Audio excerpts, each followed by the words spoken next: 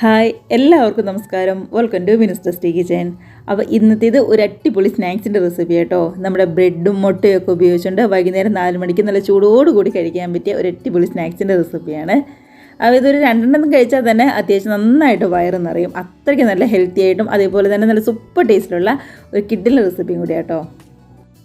അപ്പോൾ ഒരുപാട് എണ്ണയൊന്നും ഉപയോഗിക്കാതെ ഏറ്റവും എളുപ്പത്തിലാണ് നമ്മൾ ചെയ്തെടുത്തിരിക്കുന്നത്. വീഡിയോ കണ്ടു നോക്കുക. ഇഷ്ടമാവുന്നുണ്ടെങ്കിൽ ഒന്ന് ലൈക്ക് അടിച്ച് ഷെയറും കൂടി ചെയ്യാനായിട്ട് മറന്നു പോകരുതേ. കണ്ടു നോക്കിയാലോ എങ്ങനെയാണ് നമ്മുടെ അടിപൊളി സ്നാക്സ് റെഡിയാക്കുന്നതെന്ന്.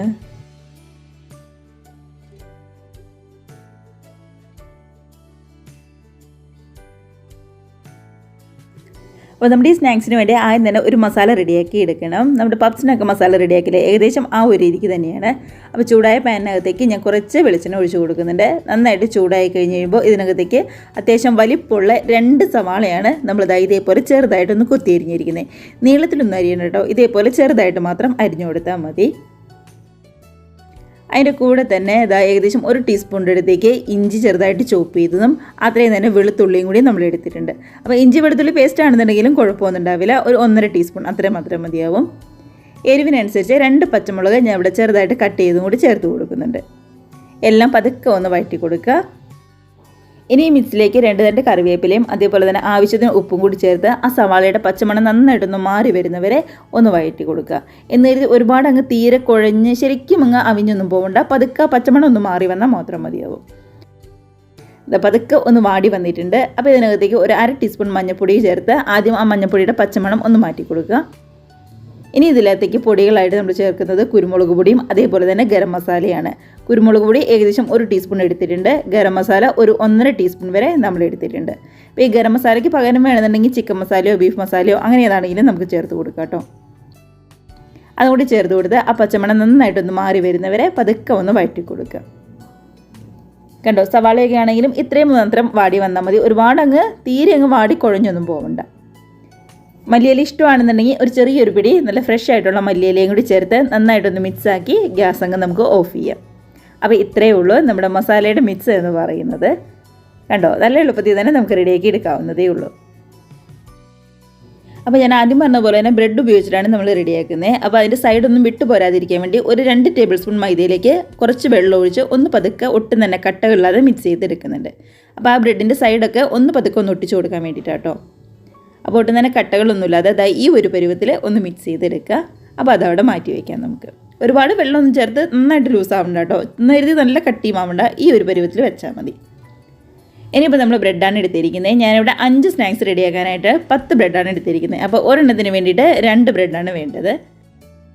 ബ്രെഡ് എടുക്കാൻ നേരത്ത് തീരെ ചെറിയ ബ്രെഡ് എടുക്കരുത്, അത്യാവശ്യം വലിപ്പമുള്ള ബ്രെഡ് എടുക്കണം കേട്ടോ. എന്നാലാണ് ആ മസാലയൊക്കെ ആണെന്നുണ്ടെങ്കിലും നമ്മുടെ ഈ ബ്രെഡിൻ്റെ ഉള്ളിൽ ഒന്ന് ഒതുങ്ങി നിൽക്കുള്ളൂ. അതേപോലെ മുട്ടയാണെങ്കിലും ഒന്ന് ഒതുങ്ങി നിൽക്കണമെന്നുണ്ടെങ്കിൽ ബ്രെഡ് എടുക്കുമ്പോൾ അത്യാവശ്യം വലിപ്പമുള്ള ബ്രെഡ് എടുക്കാനായിട്ട് ശ്രദ്ധിക്കുക. ഇനി ഈ ബ്രെഡിൻ്റെ 4 സൈഡും ഒന്ന് കട്ട് ചെയ്ത് മാറ്റി വയ്ക്കാം. അപ്പോൾ എല്ലാ ബ്രെഡിൻ്റെയും 4 സൈഡും നല്ല പോലെ തന്നെ ഒന്ന് കട്ട് ചെയ്ത് നമുക്ക് മാറ്റി വയ്ക്കണം കേട്ടോ. നമുക്ക് സൈഡിൻ്റെ ആവശ്യമില്ല, നടുക്കുള്ള ആ വെള്ള ഭാഗം മാത്രം മതിയാവും. അപ്പോൾ എടുത്തിരിക്കുന്ന 10 ബ്രെഡിൻ്റെ സൈഡും ഇതേപോലെ കട്ട് ചെയ്ത് നമുക്കങ്ങ് മാറ്റി വയ്ക്കാം.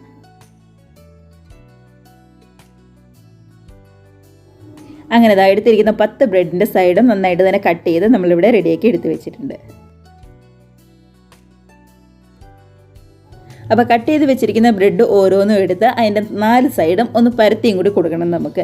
എന്ന് കരുതി ബ്രെഡ് മുഴുവൻ അങ്ങ് പരത്തി കൊടുക്കണ്ട, സൈഡ് മാത്രം ഇതേപോലെ ഒന്ന് പരത്തി കൊടുത്താൽ മതി. അത്യാവശ്യം നല്ല രീതിയിൽ ഒന്ന് പ്രസ്സായിട്ട് വരാൻ വേണ്ടിയിട്ടാണ് ഇതേപോലെ ചെയ്തെടുക്കുന്നത്.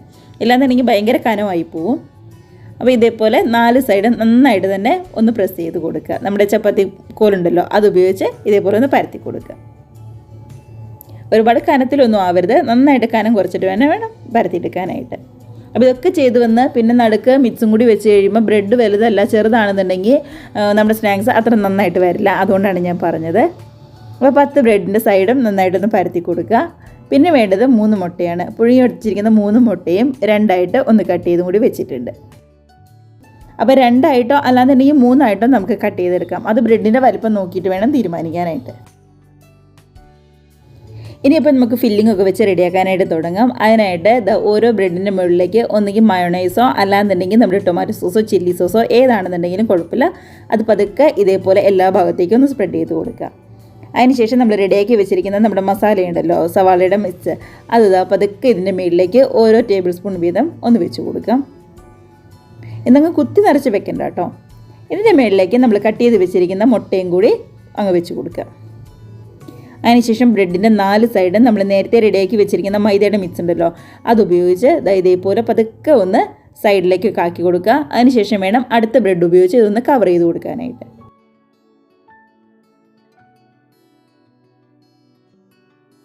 ഇതേപോലെ ബ്രെഡിൻ്റെ 4 സൈഡിലേക്കും മൈദയുടെ മിക്സ് അങ്ങ് വെച്ച് കൊടുക്കുക.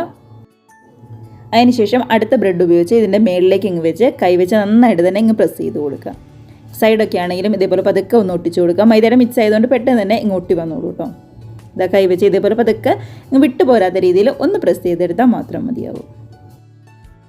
അപ്പോൾ നമ്മൾ സ്നാക്സ് റെഡിയാക്കി നേരത്ത് സവാളയുടെ മിക്സും മുട്ടയും അതേപോലെ തന്നെ മൈദയുടെ മിക്സും എല്ലാം ഇങ്ങനെ അടുത്തെടുത്ത് വെക്കുകയാണെന്നുണ്ടെങ്കിൽ പെട്ടെന്ന് നമുക്ക് അങ്ങ് റെഡിയാക്കി എടുക്കാവുന്നതേ ഉള്ളൂ. അപ്പോൾ ഇതേപോലെ തന്നെ അടുത്ത ബ്രെഡും ഇങ്ങ് ചെയ്തെടുക്കാം. ഇപ്പോൾ ഈ സോസ് ഒന്നും വേണമെന്ന് നിർബന്ധമില്ല. സോസ് ഉണ്ടെന്നുണ്ടെങ്കിൽ കുറച്ചും കൂടി നല്ല ടേസ്റ്റിൽ നമുക്ക് കിട്ടും, അത്രമാത്രം.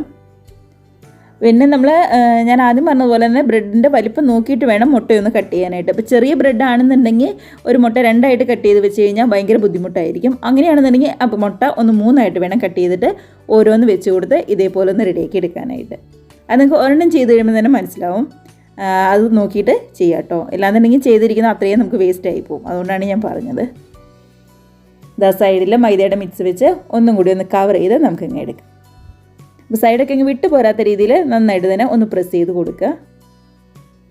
ഇതേപോലെ പ്രസ് ചെയ്യുമ്പോൾ കിട്ടാൻ വേണ്ടിയാണ് നമ്മൾ നേരത്തെ അരികെ നന്നായിട്ട് തന്നെ ഒന്ന് ചപ്പാത്തിക്കോല് വെച്ച് പരത്തി കൊടുത്തത്.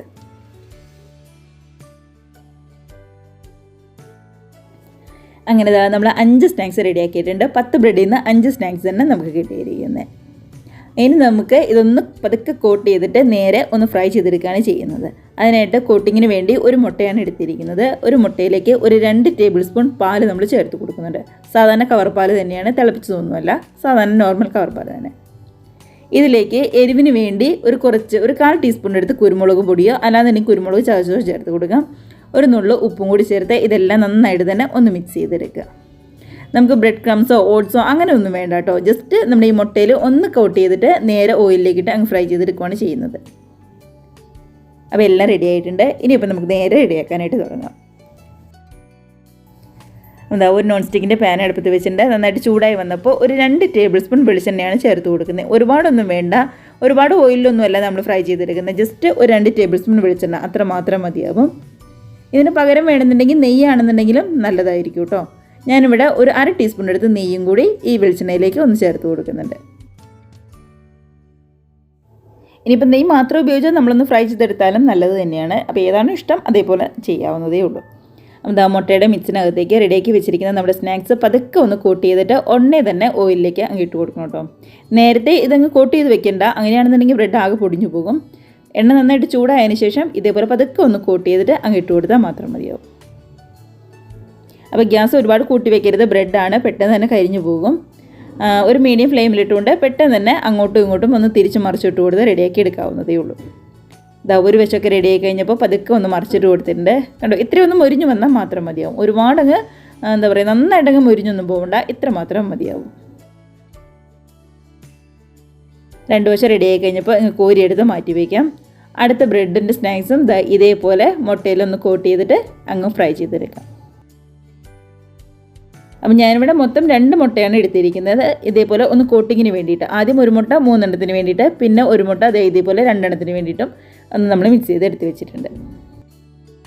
റെഡിയാക്കി കഴിയുമ്പോൾ ഇതും 2 വശം അങ്ങ് മറിച്ചിട്ട് കൊടുത്ത് റെഡിയാക്കി എടുത്താൽ മാത്രം മതിയാവും. അപ്പോൾ കണ്ടല്ലോ, ഇത്രയേ ഉള്ളൂ നമ്മുടെ സ്നാക്സ് എന്ന് പറയുന്നത്. 2 വശം റെഡിയായി കഴിയുമ്പോൾ ഒട്ടും തന്നെ കരിഞ്ഞൊന്നും പോകാതെ കോരിയെടുത്ത് ഇങ്ങ് മാറ്റി വയ്ക്കാം. അപ്പോൾ എല്ലാവരും ബ്രെഡ് മുട്ടയൊക്കെ കയ്യിലുള്ളപ്പോൾ ട്രൈ ചെയ്ത് നോക്കണം. ബാക്കിയുള്ള സാധനങ്ങളൊക്കെ എപ്പോഴും നമ്മുടെ വീട്ടിൽ കാണുന്നതല്ലേ. അപ്പോൾ ഏറ്റവും എളുപ്പത്തിൽ നമുക്ക് ചെയ്തെടുക്കാവുന്നതേ ഉള്ളൂ. ഒരുപാട് എണ്ണയിലൊന്നും വരാതെ ഏറ്റവും സിമ്പിളായിട്ട് തന്നെയാണ് നമ്മൾ റെഡിയാക്കി എടുത്തിരിക്കുന്നത്. അപ്പോൾ ബ്രെഡും അതേപോലെ തന്നെ ആ സോസും മസാലയും ആ മുട്ടയും എല്ലാം കൂടി കഴിക്കുമ്പോൾ ഒരു പ്രത്യേക ടേസ്റ്റ് തന്നെയാണ്. അത്യാവശ്യം 2 എണ്ണം തന്നെ മതിയാവും ഒരാളുടെ വയറ് നിറയാനായിട്ട്. കൂടെ തന്നെ നല്ല ചൂട് ചായയും അതേപോലെ തന്നെ സോസിൻ്റെ ഒക്കെ കൂടെ കഴിക്കുകയാണെന്നുണ്ടെങ്കിൽ പറയുണ്ടല്ലോ, അടിപൊളിയായിരിക്കും. അപ്പോൾ എല്ലാവരും ഉറപ്പായിട്ടും ട്രൈ ചെയ്ത് നോക്കി കമൻസൊക്കെ ആണെന്നുണ്ടെങ്കിലും മറക്കാതെ അറിയിക്കുക. നമുക്കിതുപോലുള്ള അടിപൊളി പുതിയ വീഡിയോസൊക്കെ ആയിട്ട് വീണ്ടും കാണും. അതുവരെ എല്ലാവർക്കും ബൈ.